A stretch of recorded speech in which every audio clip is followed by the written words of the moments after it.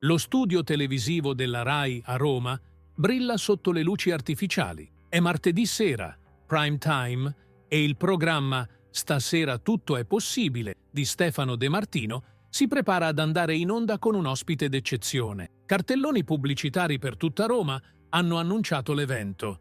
Jannik Sinner, il primo italiano numero 1 al mondo nel tennis, sarà ospite in studio. I cameraman sistemano le ultime inquadrature, i tecnici audio controllano i livelli, mentre gli assistenti di studio preparano il pubblico ad applaudire. Lo studio è un tripudio di colori vivaci, pannelli blu elettrico alternati a dettagli arancioni e gialli, il marchio di fabbrica del programma che solitamente propone giochi e gag divertenti. Dietro le quinte, Stefano De Martino si guarda allo specchio, sistemando la cravatta Valentino su misura che completa il suo completo blu scuro di Dolce & Gabbana. A 35 anni, l'ex ballerino napoletano si è reinventato come uno dei conduttori più popolari della televisione italiana. Tuttavia, gli ultimi dati Auditel non sorridono. Il programma ha perso 4 punti percentuali nell'ultima stagione, superato dai talent su Mediaset. Come stiamo con gli ascolti di stasera?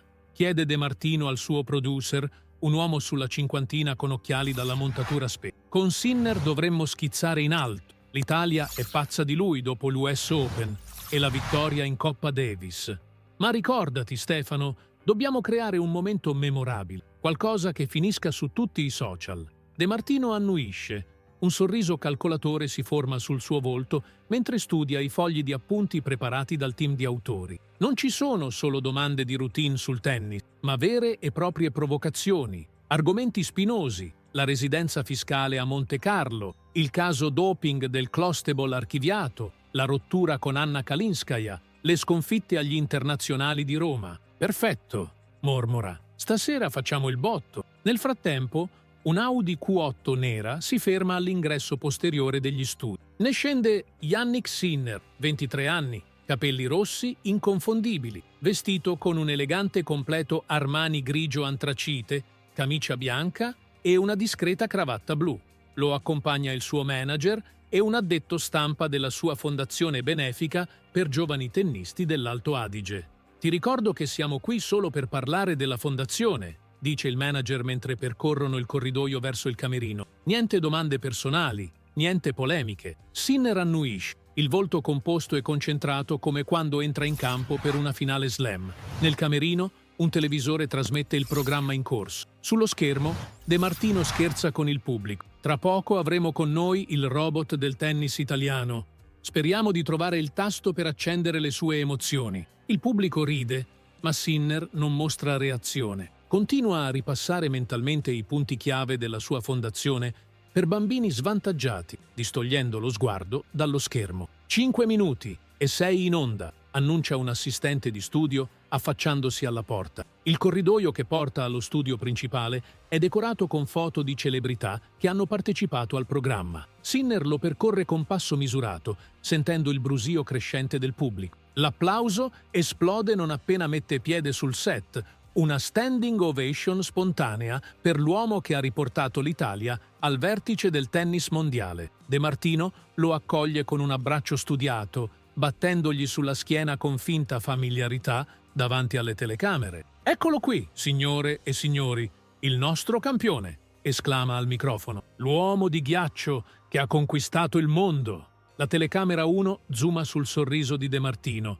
troppo largo, troppo lucido, mentre la telecamera 2 inquadra Sinner che si accomoda sulla poltrona rossa di design, mani sulle ginocchia, schiena dritta, lo sguardo attento ma impassibile. Non è sul centrale di Wimbledon o sulla Rod Laver Arena, ma l'atmosfera è quella di un match. De Martino ha già iniziato a studiare il suo avversario, cercando punti deboli. «Sei pronto, Jannik?» chiede De Martino con un tono che nasconde appena la sua vera intenzione. «Sempre!» risponde Sinner con il suo accento altoatesino, inconsapevole della trappola che sta per scattare. Le luci si abbassano leggermente, creando un'atmosfera più intima nello studio. La sigla del programma sfuma e i due uomini sono ora illuminati da un singolo fascio di luce calda. Il pubblico si sistema, smartphone pronti a catturare ogni momento. Tra la folla Alcuni indossano cappellini e t-shirt con il logo di Sinner, venuti appositamente per vedere il loro idolo. De Martino inizia con qualche convenevole, complimentandosi per il recente successo all'US Open, chiedendo della sensazione di essere il primo italiano numero 1. Domande standard, poste con un sorriso che non raggiunge gli occhi. Sinner risponde educatamente, con frasi brevi ma articolate sul duro lavoro, sulla sua squadra, sull'onore di rappresentare l'Italia. Poi, improvvisamente, De Martino cambia registro. «Yannick, parliamo di cose serie», dice, inclinandosi in avanti. Il suo tono si indurisce, il sorriso si trasforma in un ghigno. «Tu sei l'idolo degli italiani, ma hai scelto di vivere a Montecarlo. Come si concilia questo? Gli italiani pagano le tasse qui. Tu le paghi nel Principato. È un bell'esempio. Il pubblico trattiene il respiro. La domanda, diretta e aggressiva, cade come un macigno nello studio. Alcuni spettatori in prima fila si scambiano sguardi perplessi. Non è il tono abituale del programma, solitamente leggero e divertente. Sinner rimane calmo, si sistema appena sulla sedia. La mia residenza a Montecarlo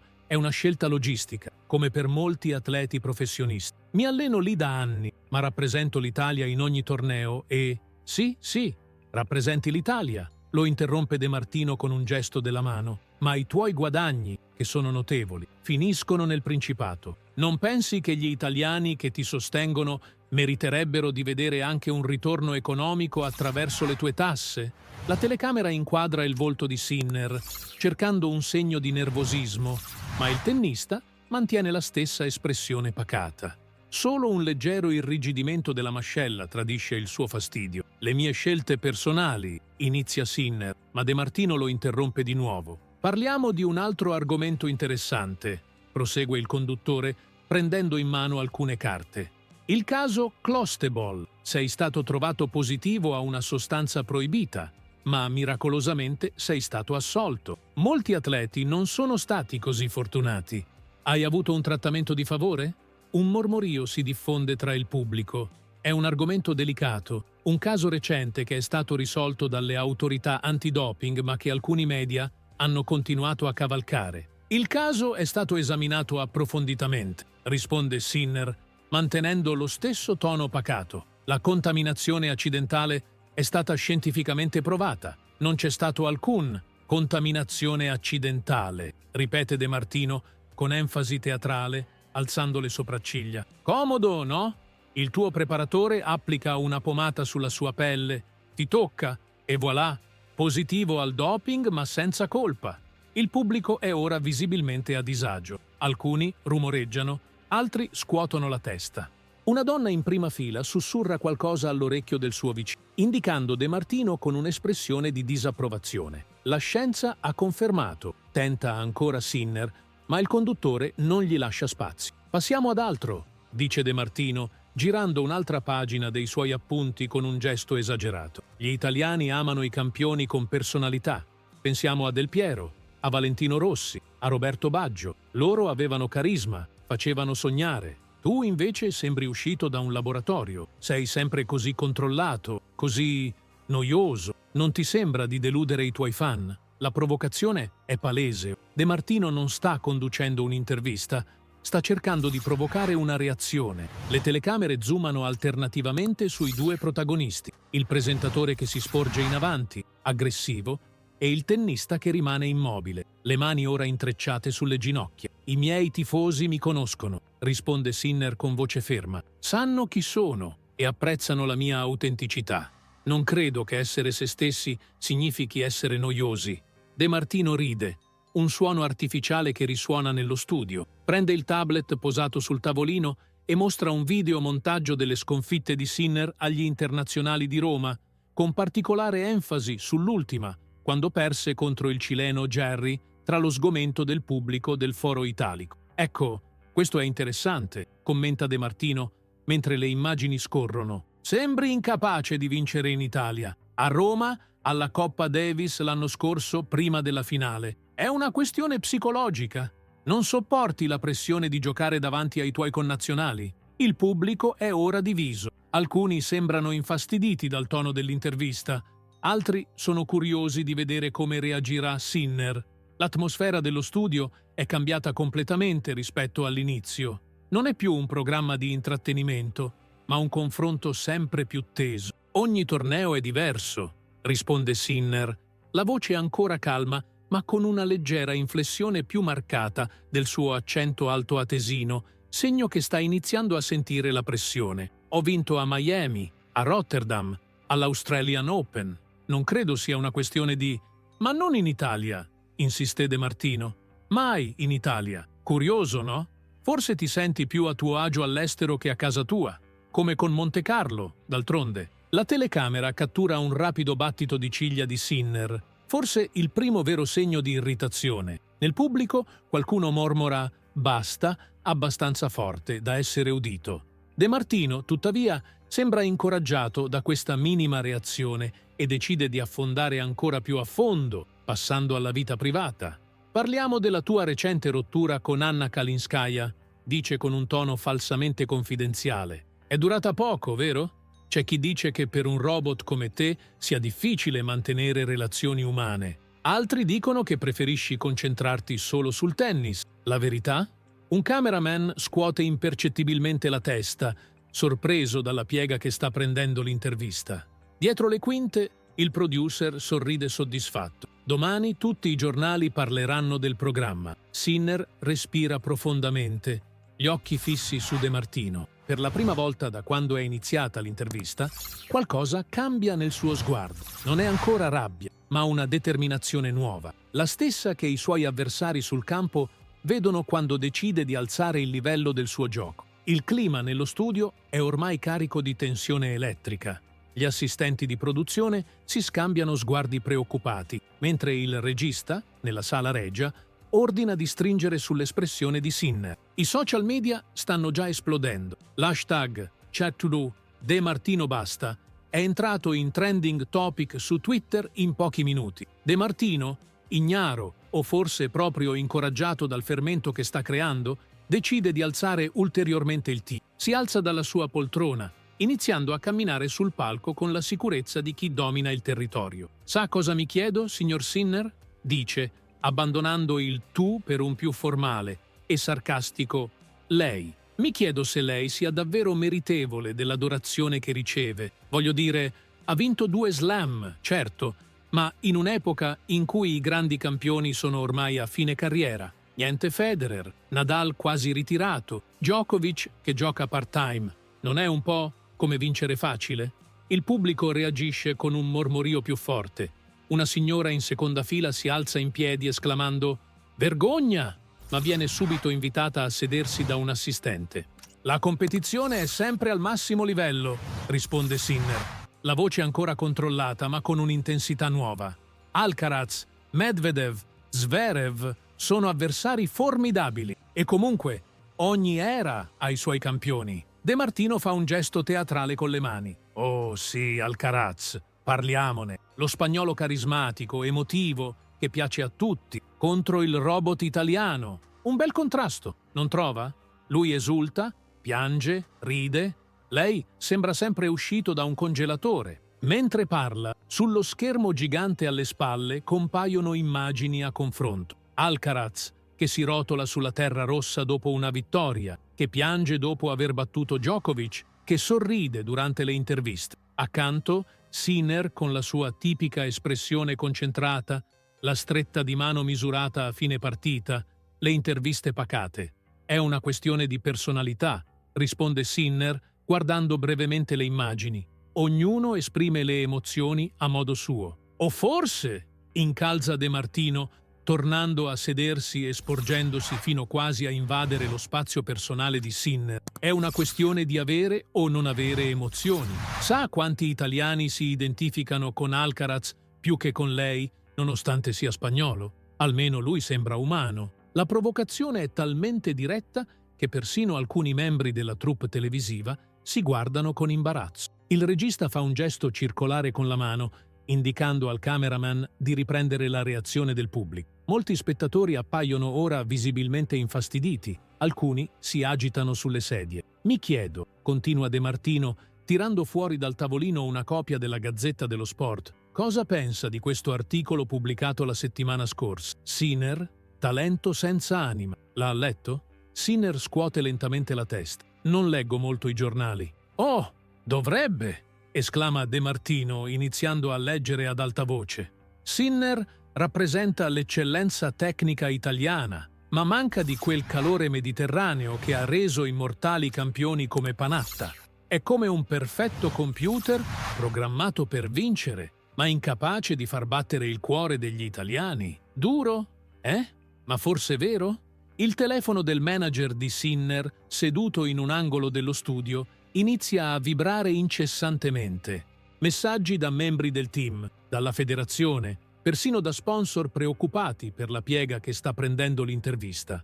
Crede che dovrei chiedere l'interruzione? Sussurra all'addetto stampa accanto a lui. Aspetta, risponde l'altro, osservando attentamente Sinner. Guarda i suoi occhi, conosco quello sguardo. Infatti, qualcosa sta cambiando nell'atteggiamento del tennista. Non è più solo calma e controllo. C'è una scintilla negli occhi azzurri, la stessa che appare quando è sotto 0,40 in una partita importante e decide di non arrendersi. De Martino, interpretando questo silenzio come una vittoria, sferra quello che considera il colpo di grazia. Fa un cenno al regista e sul maxi schermo appare una grafica animata intitolata Sinner vs De Martino, il confronto. Ho pensato di preparare qualcosa di divertente, dice con un sorrisetto compiaciuto. Un paragone tra noi due. Veda un po'. La grafica mostra 2 colonne. Sotto De Martino, napoletano verace, amato dal pubblico femminile, ballerino di talento, presentatore di successo, ex di Belén Rodríguez, personalità carismatica. Sotto Sinner, altoatesino freddo, monotono nelle interviste, 0 presenze a Ballando con le stelle, ex di Chi si ricorda, personalità inesistente. Il pubblico reagisce con un misto di risate nervose e esclamazioni indignate. Qualcuno fischia, qualcun altro applaude sarcasticamente. Le piace la mia analisi? Chiede De Martino, compiaciuto. Ah, dimenticavo! Sotto il mio nome potremmo aggiungere «Paga le tasse in Italia». È la goccia che fa traboccare il vaso. Sinner si sistema sulla sedia, raddrizzando leggermente la schiena. Il suo volto è ancora composto, ma c'è una nuova determinazione nel suo sguardo. Il pubblico lo percepisce immediatamente e si fa silenzio.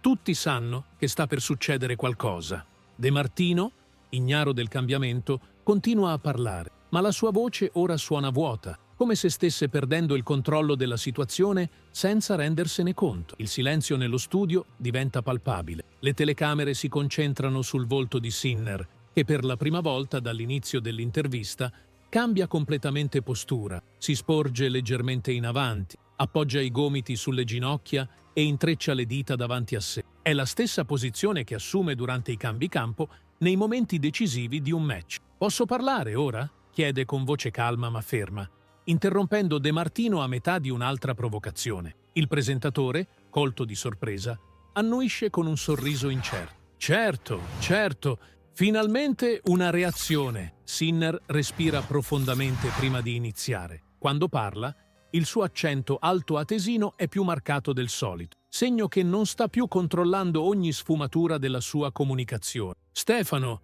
è interessante come tu, che hai costruito una carriera passando dal ballare nei programmi altrui a condurre show in calo d'ascolti. Parli così tanto di personalità e carisma. Il pubblico trattiene collettivamente il respiro. Nessuno si aspettava un attacco così diretto dal solitamente diplomatico Sinner». De Martino sbatte le palpebre, momentaneamente spiazzato.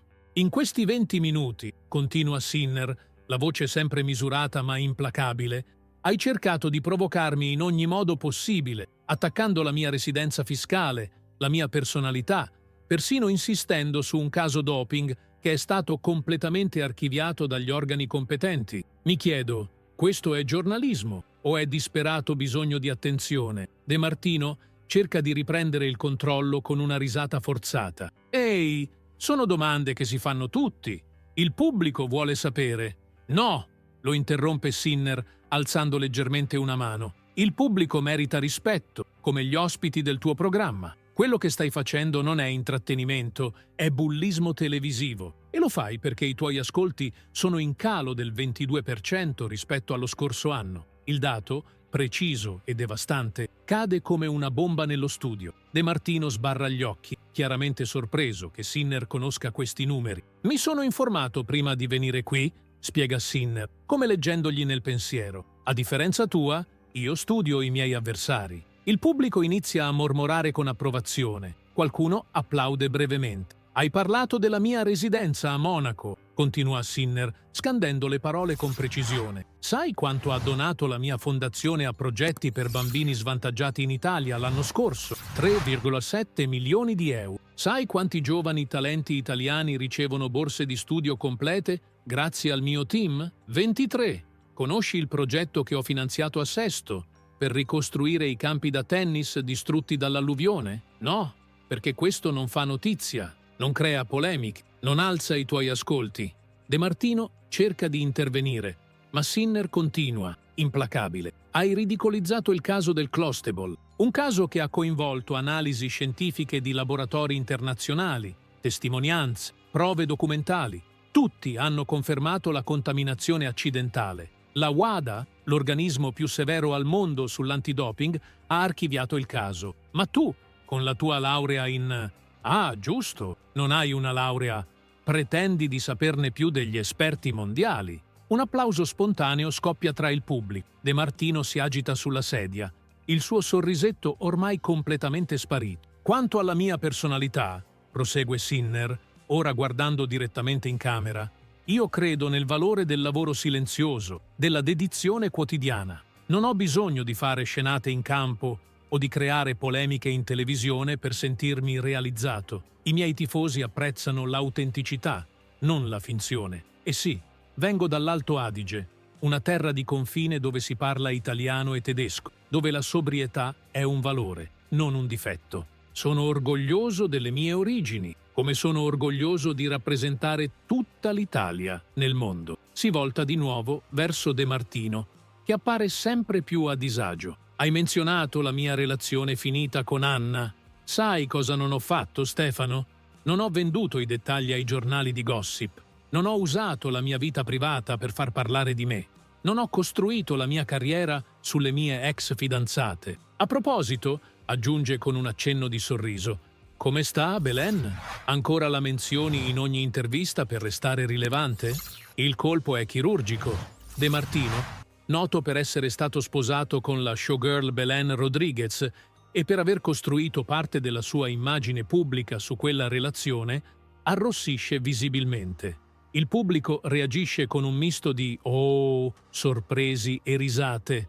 Infine, dice Sinner, raddrizzandosi sulla sedia, quella grafica ridicola che hai preparato. Hai scritto che sono un altoatesino freddo. Preferisco essere un altoatesino autentico, piuttosto che un napoletano che ha dimenticato i valori dell'accoglienza e del rispetto che la sua terra gli ha insegnato. A questo punto, diversi spettatori si alzano in piedi, applaudendo. Persino alcuni napoletani nel pubblico annuiscono con approvazione, colpiti dalla precisione dell'analisi di Sinner. Non sono qui per essere il tuo momento virale, Stefano, conclude Sinner, la voce ora più morbida ma non meno autorevole. Sono qui perché credevo di poter parlare della mia fondazione, di tennis, di sport. Pensavo che un professionista della comunicazione capisse il valore di una conversazione autentica.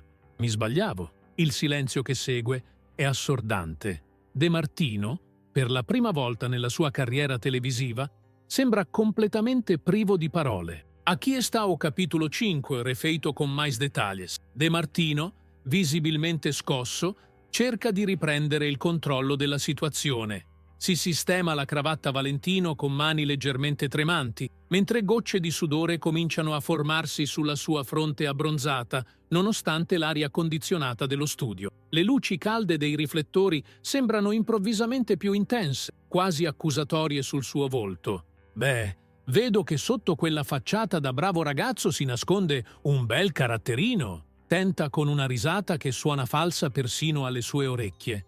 Questa è la passione italiana che cercavo di tirare fuori. Il pubblico non reagisce.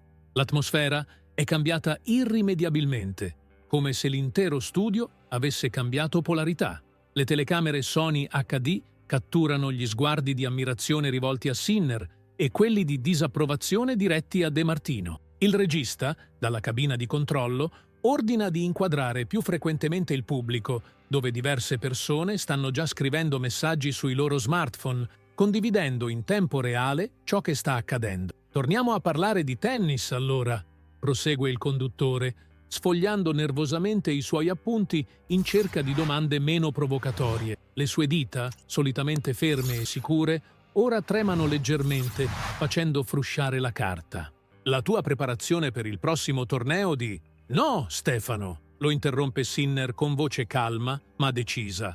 Il tono di chi è abituato a prendere decisioni sotto pressione. «Credo che abbiamo chiarito abbastanza le nostre posizioni, ma c'è un'ultima cosa che vorrei dire». De Martino deglutisce visibilmente. Il pomo d'Adamo che si muove sotto il colletto inamidato della camicia bianca. Si prepara mentalmente a un altro colpo, stringendo il bracciolo della poltrona di design firmata Cassina. Ma Sinner cambia completamente tono.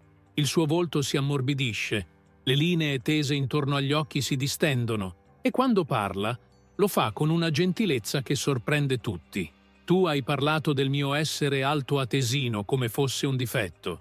In realtà, la mia regione mi ha insegnato il valore del multilinguismo, del rispetto per culture diverse, della convivenza pacifica dopo periodi difficili. L'Alto Adige è stato italiano, austriaco, conteso, diviso, ma ha trovato la sua identità nel rispetto delle differenze. Io parlo italiano, tedesco, inglese, capisco e rispetto ogni cultura con cui vengo in contatto». Fa una pausa, osservando De Martino con uno sguardo quasi compassionevole, come un maestro che guarda un allievo che ha molto da imparare. Il silenzio nello studio è totale, persino i tecnici dietro le quinte hanno smesso di muoversi per ascoltare. Poi, sorprendendo tutti, Sinner passa a parlare in un perfetto dialetto napoletano, le vocali aperte, le consonanti morbide, con l'inflessione tipica di chi conosce veramente la lingua della strada partenopea. «A Napoli dicono che a lingua non tene ossa, ma può rompere l'ossa. A voi napolitan vanno imparato o rispetto, a gentilezza, l'ospitalità, perché tutte si scurdat e chi sti valori. A Napoli dicono che la lingua non ha ossa, ma può rompere le ossa. A voi napoletani hanno insegnato il rispetto, la gentilezza, l'ospitalità. Perché tu hai dimenticato questi valori?» Lo studio esplode in un applauso spontaneo, un'ovazione che cresce come un'onda che travolge tutto. Persone in prima fila si alzano in piedi, alcune con le mani sulla bocca per lo stupore. Una signora anziana con la maglietta della SSC Napoli applaude con le lacrime agli occhi, evidentemente commossa da un non napoletano che parla con tanto rispetto della sua cultura. Il volto di De Martino è una maschera di stupore, gli occhi spalancati, le sopracciglia sollevate, la mascella leggermente abbassata. Il make-up non riesce a nascondere il rossore che gli sale fino alle orecchie. Mai, in tutta la sua carriera televisiva, si era trovato così completamente spiazzato. «Come?» balbetta il conduttore, incapace di formulare una frase completa. «Dove hai... quando...» «Il mio primo allenatore a Bordighera era di Castellammare di Stabia», spiega Sinner, tornando all'italiano standard, la voce ora calda, quasi affettuosa. «Umberto Rianna, ex coach federale, mi ha insegnato non solo il tennis, ma anche la bellezza della cultura napoletana, le tradizioni, persino qualche espressione dialettale. L'ho sempre ammirata. Per questo mi ha ferito vedere un napoletano come te abbandonare valori come il rispetto e l'accoglienza per inseguire facili polemiche. Il pubblico è completamente conquistato. La telecamera 3 inquadra una panoramica della platea.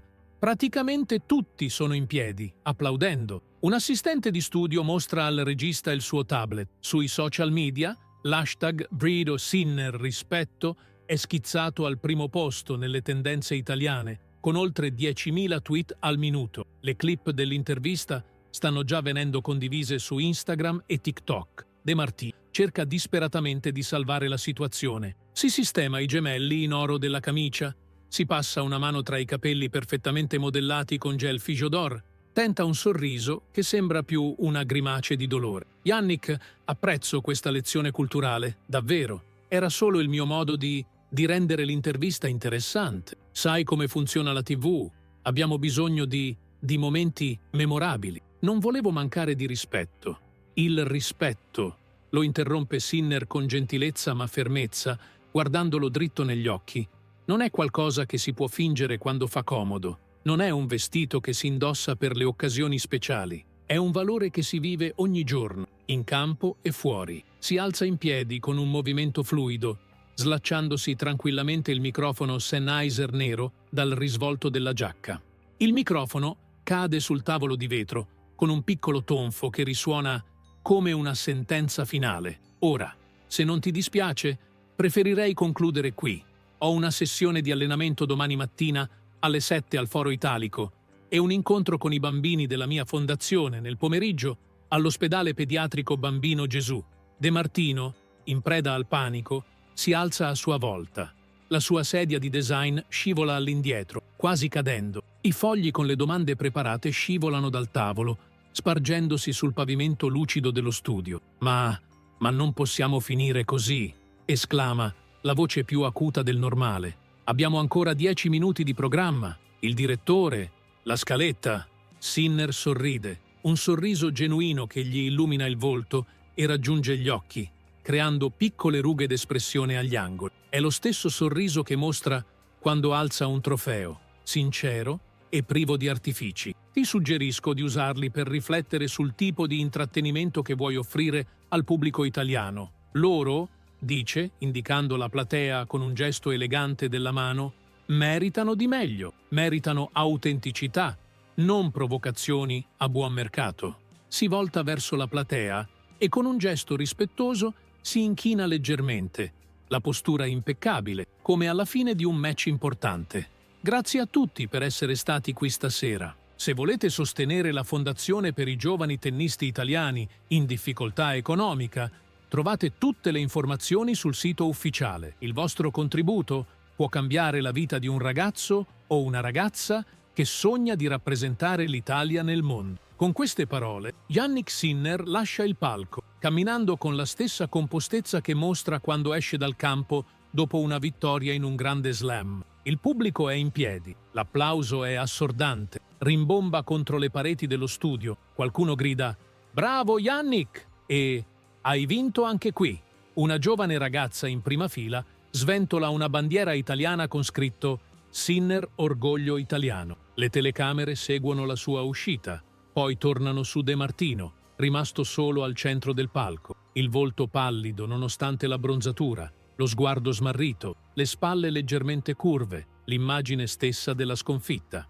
Il conduttore cerca di ricomporsi, sistema nervosamente la cravatta e tenta un sorriso che sembra più una smorfia di dolore. «Bene, questo è stato Yannick Sinner, signore e signori», balbetta, cercando disperatamente di riprendere il controllo. Un grande campione, senza dubbio, ma nessuno lo ascolta più. Il pubblico continua ad applaudire Sinner, ormai fuori scena. Sui social media, i video dell'intervista stanno già diventando virali, condivisi con commenti entusiastici da celebrità e persone comuni. Sinner non solo vince in campo, ma anche in TV, scrive un utente. De Martino distrutto dal campione, esulta un altro. Persino il presidente del CONI pubblica un tweet con «Ratro, rispetto nello sport». Dietro le quinte, Sinner recupera la sua giacca Armani dal camerino. Il suo manager gli si avvicina, visibilmente soddisfatto, stringendogli la spalla con orgoglio. «Sei stato incredibile», gli dice.